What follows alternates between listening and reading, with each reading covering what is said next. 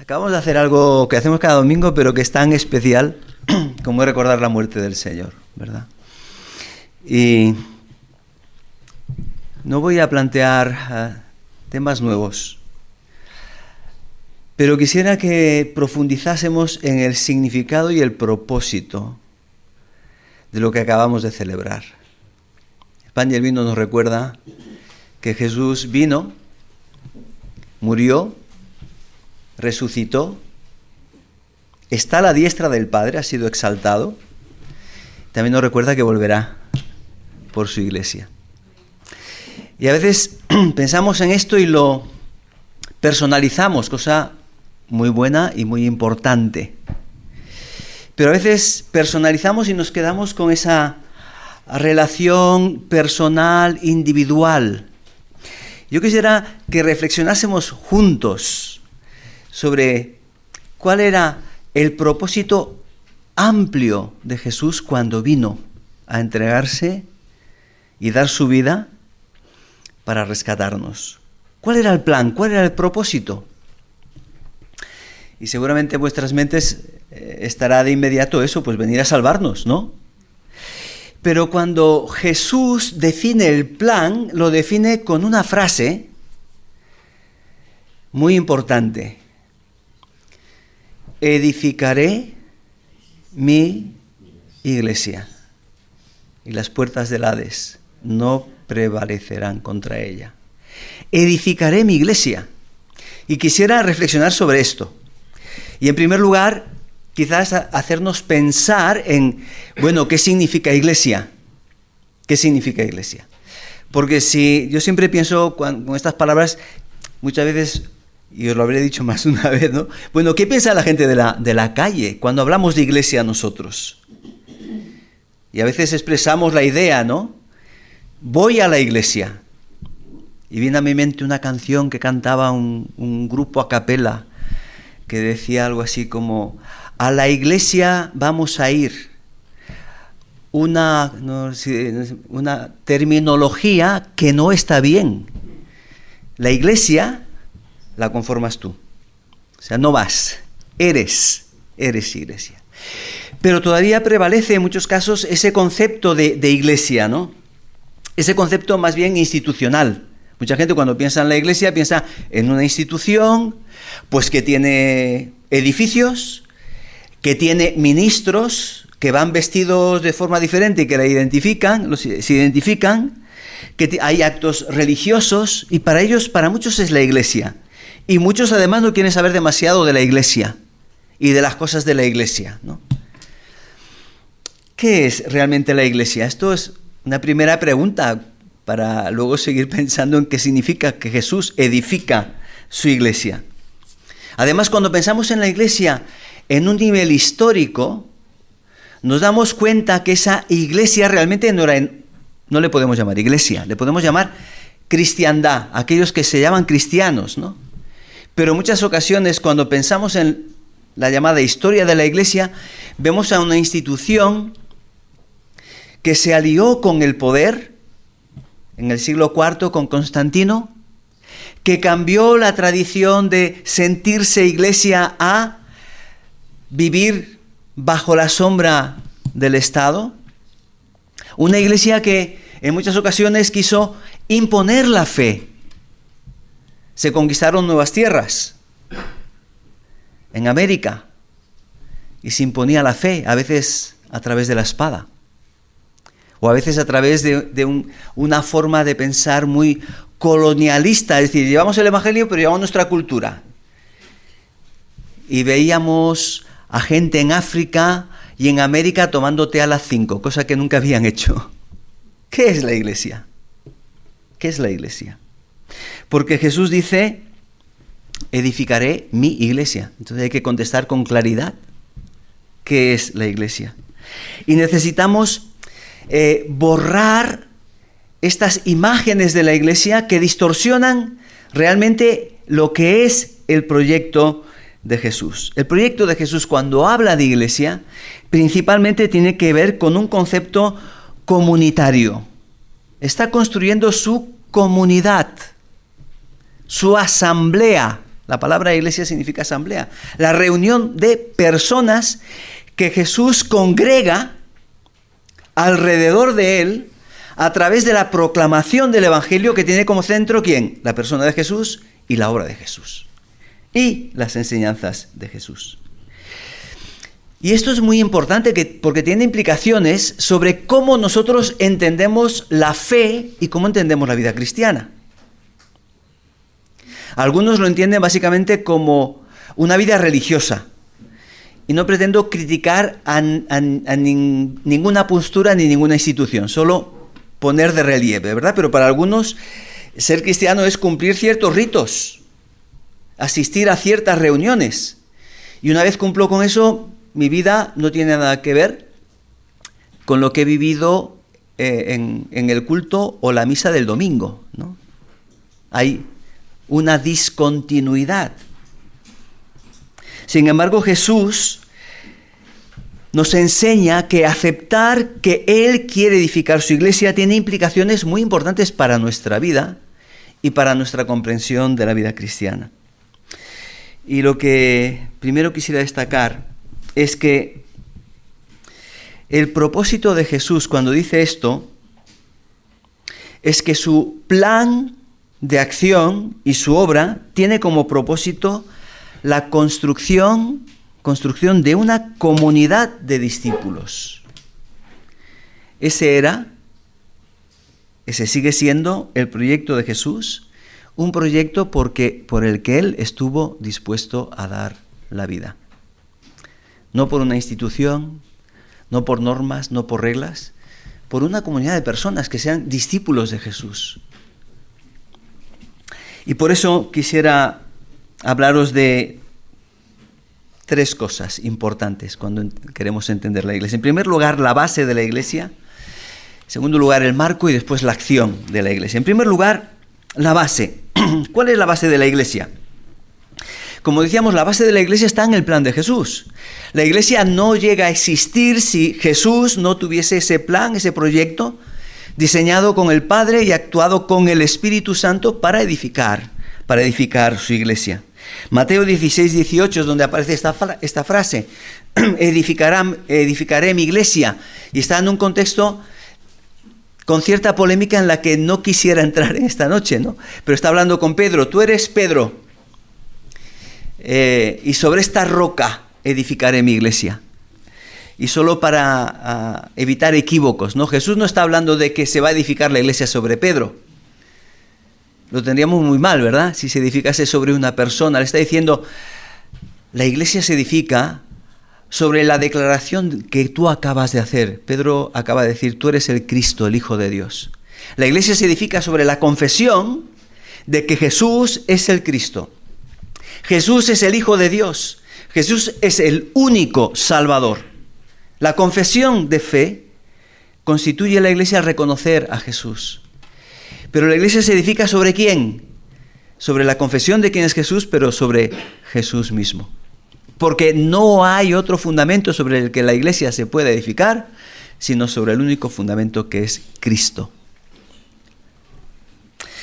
Y quisiera traer aquí a colación otros 2 textos también muy importantes y que podemos conectar con este de Mateo. Edificaré mi iglesia.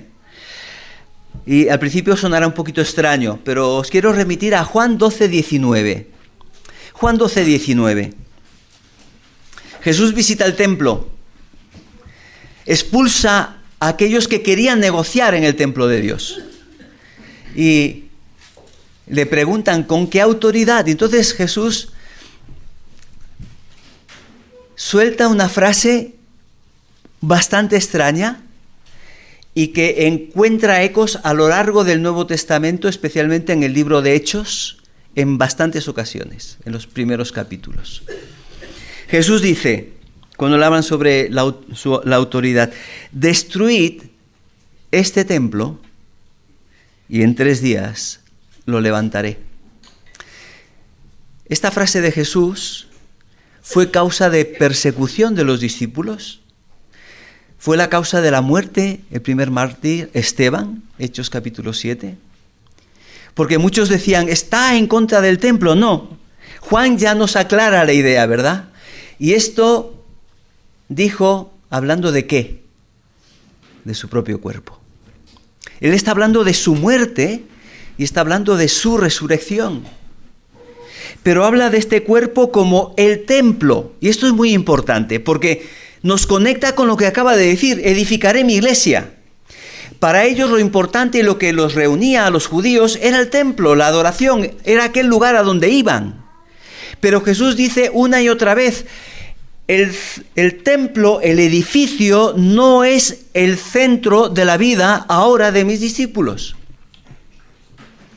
El centro de la vida de mis discípulos soy yo, el nuevo templo. Aquel en quien está la presencia del Padre, aquel en quien habita la plenitud de la deidad. Y ese templo que construye, que es Él, está compuesto también de muchas piedras. Y alguien que estaba escuchando esta frase nos explica, en una primera carta que escribió, y estoy hablando de Pedro, que Cristo es la piedra principal del nuevo templo, Él es el fundamento del nuevo templo. Pero que ese templo que construye, lo construye con piedras vivas. ¿Quiénes son esas piedras vivas? ¿Cuántas hay aquí? No veo manos levantadas. Piedras vivas. Somos el templo de Dios, donde Él mora por su Espíritu.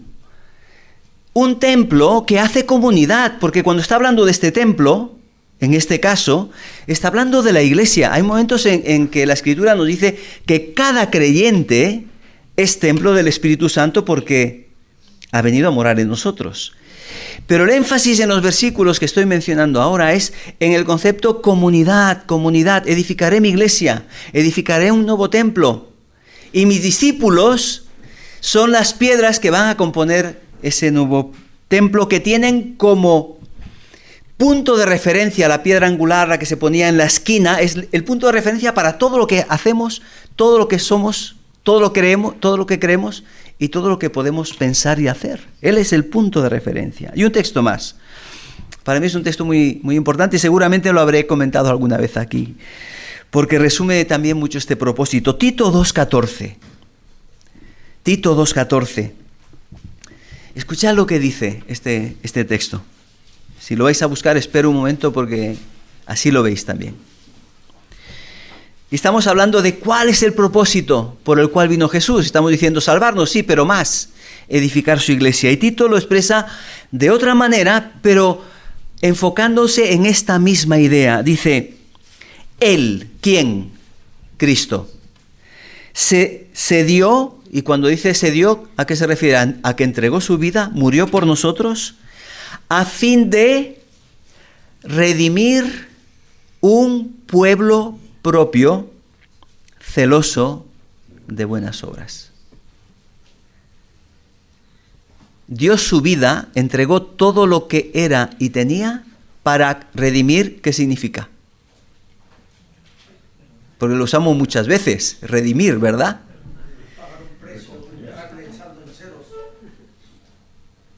Si no tiene tanto que ver con perdonar, sino con adquirir, comprar. Él ha pagado un precio a fin de comprar, adquirir un pueblo. Y la imagen es la de Israel en Egipto también, ¿no? Dios los rescató de allí para que fuesen pueblo de la propiedad de Dios. Dios los rescató. Él nos ha redimido, Él nos ha comprado. Dice Pedro, hemos sido comprados por precio, y ni oro ni plata, sino al precio de la sangre de Jesús. Así que hay un propósito muy claro y muy declarado por Jesús en cuanto para qué ha venido, para qué ha entregado su vida, para redimir, para comprar un pueblo propio y con él edificar una iglesia, una comunidad. Y esto lucha con un obstáculo muy importante, especialmente en nuestra cultura occidental, y es el individualismo. Y vuelvo a insistir en lo que antes decía, ¿verdad? Es muy importante entender que la fe es una fe personal. Nadie puede creer por ti. tú tienes que creer. Pero el propósito de Dios tiene esta dimensión comunitaria. Y vamos a ver ahora que no nos salvamos por pertenecer a la iglesia. Pero no hay ningún verdadero creyente que sea salvo fuera de la iglesia. Y hay una frase que da lugar a mucha confusión: no hay salvación fuera de la iglesia. No porque la iglesia salve, como algunos pretenden, la iglesia no puede salvar, sino porque ningún verdadero creyente está fuera de la iglesia. Y eso lo vamos a ver en un momento. Pero para construir una nueva comunidad, un nuevo templo, ¿qué necesitamos? Lo primero que necesitamos son nuevas criaturas, ¿no? Si vas a hacer algo nuevo, necesitas renovar lo que tienes. Y la obra de Jesús lo que hace es hacernos nuevas criaturas. A través de la fe en Jesús, a través de la confesión de nuestros pecados, Él nos salva. Sí, nos salva, pero nos hace nuevas criaturas. Dice Pablo en 2 Corintios: las cosas viejas pasaron, todas son hechas nuevas. Hay un nuevo proyecto. Y en este nuevo proyecto el Señor, a aquellos que creen, nos dice el libro de Hechos, que el Señor a esta nueva comunidad añadía el Señor cada día a la iglesia los que habían de ser salvos. Y tenemos que tomar conciencia de esto. ¿Y cómo tomamos conciencia de esto? A un nivel práctico, porque al final hasta podemos decir, de acuerdo. Mira, tenemos que pasar del lenguaje del yo al lenguaje del nosotros. Y eso nos cuesta hasta, paréntesis, ninguna crítica a lo que he disfrutado tremendamente en el tiempo de alabanza. Es una reflexión a nivel de todo lo que está pasando en este tiempo en nuestra adoración. Tenemos tantísimas canciones que hablan de yo, mí, me, conmigo. Y tenemos menos adoración comunitaria. Y eso hace que nos olvidemos de esta dimensión tan importante de la salvación, que es construir una comunidad.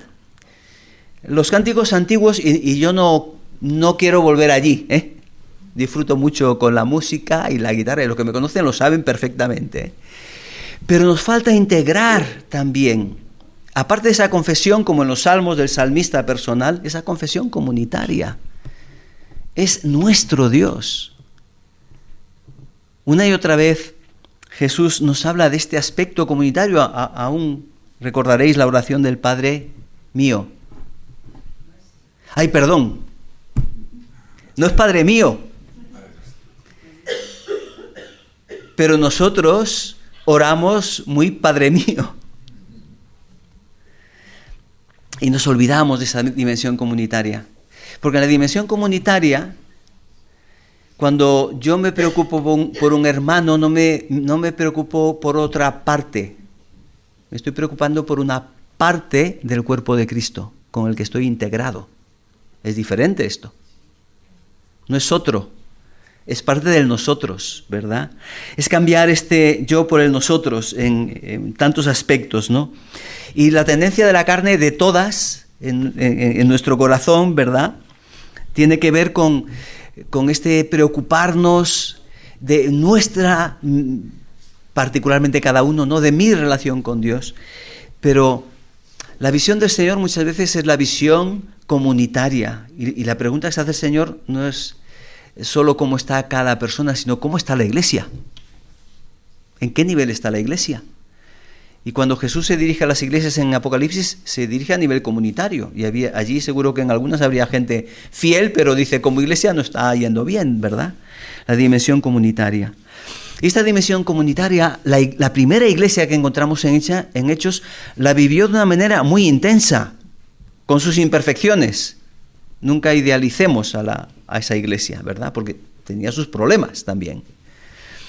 Pero había ese sentir comunitario, hasta tal punto que dice Hechos 4:13, ninguno decía ser suyo propio nada de lo que poseía.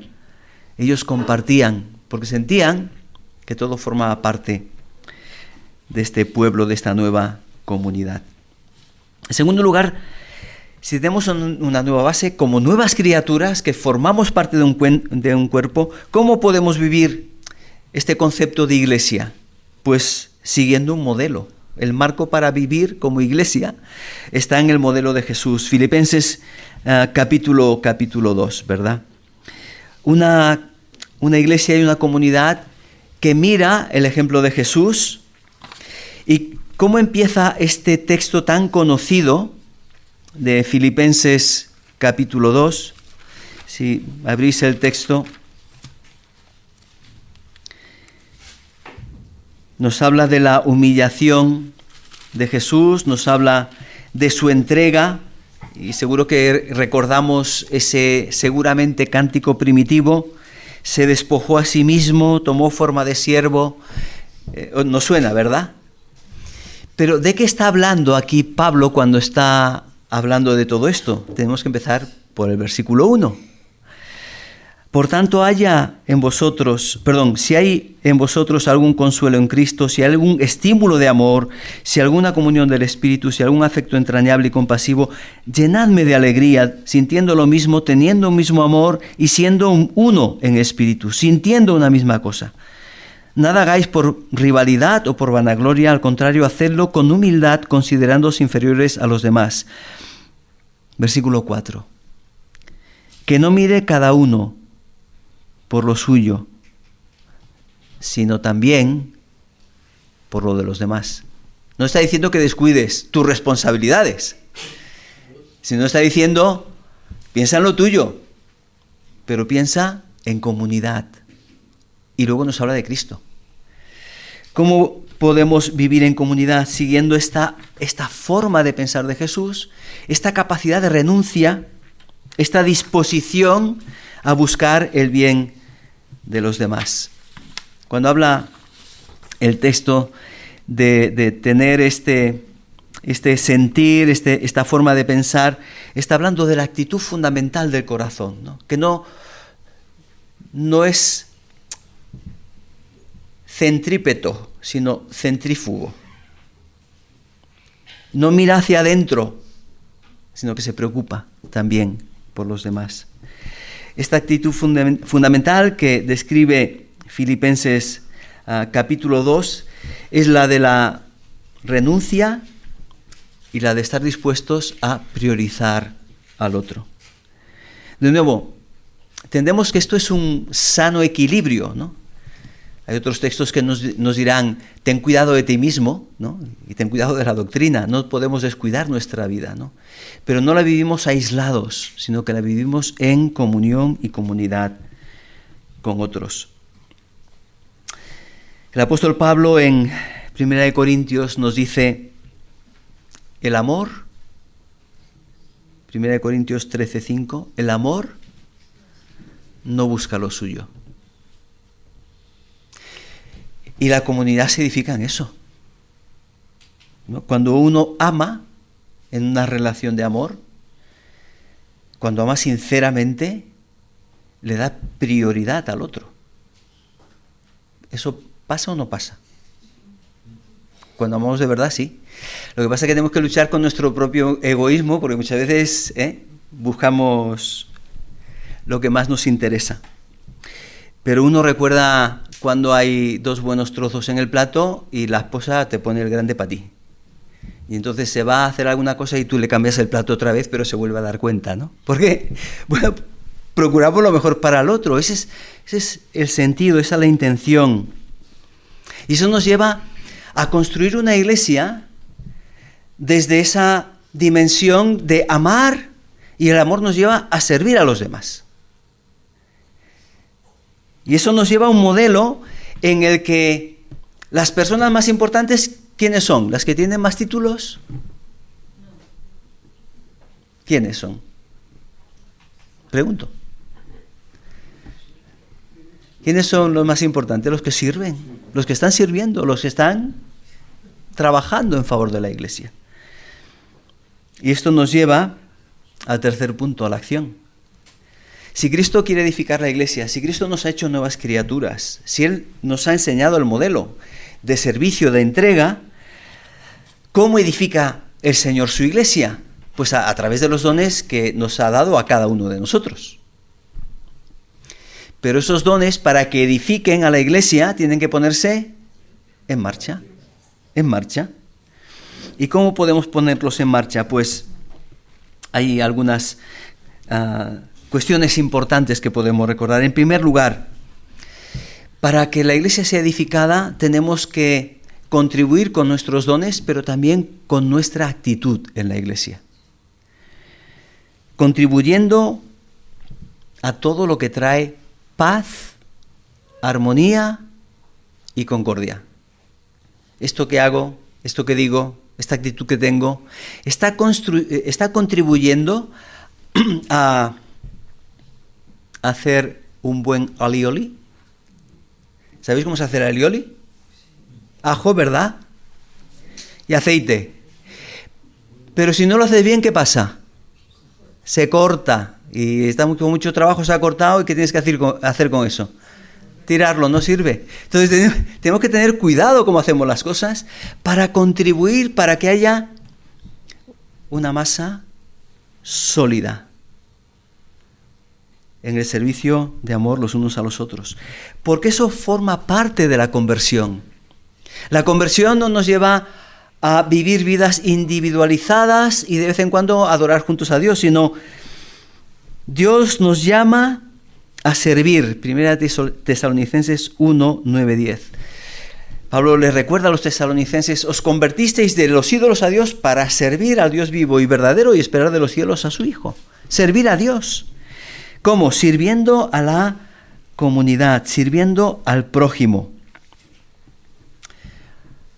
Un pueblo propio, celoso de buenas obras, servicio.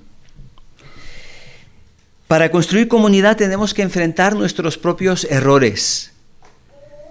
No habrá momento en nuestra vida, no la hay, aunque algunos quisiéramos que ya con el tiempo y los años que tenemos se hubiesen arreglado las cosas, pero el proyecto de construcción personal es constante y continuo. Y eso significa ser capaces de confrontar nuestros errores, deficiencias, debilidades, con humildad, estar dispuestos a escuchar a otros, estar dispuestos a ser animado, confrontado también por otros, estar dispuestos a reconocer mis debilidades, pero que Dios nos ha colocado en una iglesia que otros tienen fortalezas que nos ayudan a nosotros a crecer. Y ahí tenemos todo un estudio que podríamos hacer sobre esa frase que creo que más de una vez he mencionado, ¿verdad? La iglesia que el Señor edifica, se edifica cuando construimos los unos a los otros, amándonos, perdonándonos, soportándonos, exhortándonos, pero sobre todo venciendo esa visión individualista que muchas veces tenemos en cuanto a la fe, ¿no? Yo, mi familia. El proyecto de Dios es un proyecto comunitario y cuando el Señor te ha traído aquí a esta iglesia es porque tienes una parte muy importante que hacer. Si tu tarea o tu relación con esta iglesia es solo venir los domingos y aquellos que más generosos, domingos y miércoles, si es esto solo, párate un momentito y habla con el Señor. Porque Dios te ha implicado en un proyecto que va mucho más allá de eso. Te está diciendo, cuando te llama, y dice, te he redimido como parte de mi pueblo propio, para que seas una persona que trabaje sirviéndome a mí. ¿Y cómo? Sirviendo en la iglesia. En la iglesia no hay espectadores. Y eso es lo que vemos en Hechos. Aquella iglesia de Jerusalén, aquella primera iglesia, otra vez con sus defectos, pero era una iglesia ferviente en unidad, ferviente en servicio, ferviente en la proclamación del Evangelio. Y es interesante que en el capítulo 2, verso 47, que dice que esta iglesia que vivía el Evangelio de esta manera, que había entendido el llamado del Señor, que se habían hecho discípulos de Jesús, era una iglesia que tenía estimación o favor de todo el pueblo. Y algunos hasta tenían temor de aproximarse a la iglesia porque decían, uy, eso es algo comprometido. pero además la respetaban porque veían en esa comunidad algo diferente. El carácter de Jesús, la vida de Jesús se expresaba en los individuos, pero también en la forma en que vivían en comunidad, cómo vivían juntos. Tenían favor con todo el pueblo. No era una iglesia aislada, era una iglesia que estaba conectada con la sociedad. Era una iglesia, como Jesús, amiga de publicanos y pecadores. A veces preferimos juntarnos nosotros porque hay menos problemas, somos más santitos, ¿no? Pero somos sal y luz, y la sal solo sala cuando está en contacto con la carne, ¿verdad? Una iglesia amiga de publicanos y pecadores, pero que es capaz de vivir esta amistad desde la santidad, como Jesús. No confundiéndonos, ¿verdad?, con lo que ellos hacen, pero sí estando cerca, siendo compañeros, siendo testigos con nuestra propia vida de quién es Jesús para nosotros. Yo no sé el nivel de compromiso que cada uno de nosotros tenemos con el Señor, o si hay alguna persona que no ha dado un paso de fe, pero el mensaje de Jesús es que Él ha venido a dar su vida por los pecadores. Y como diría Pablo, yo el primero.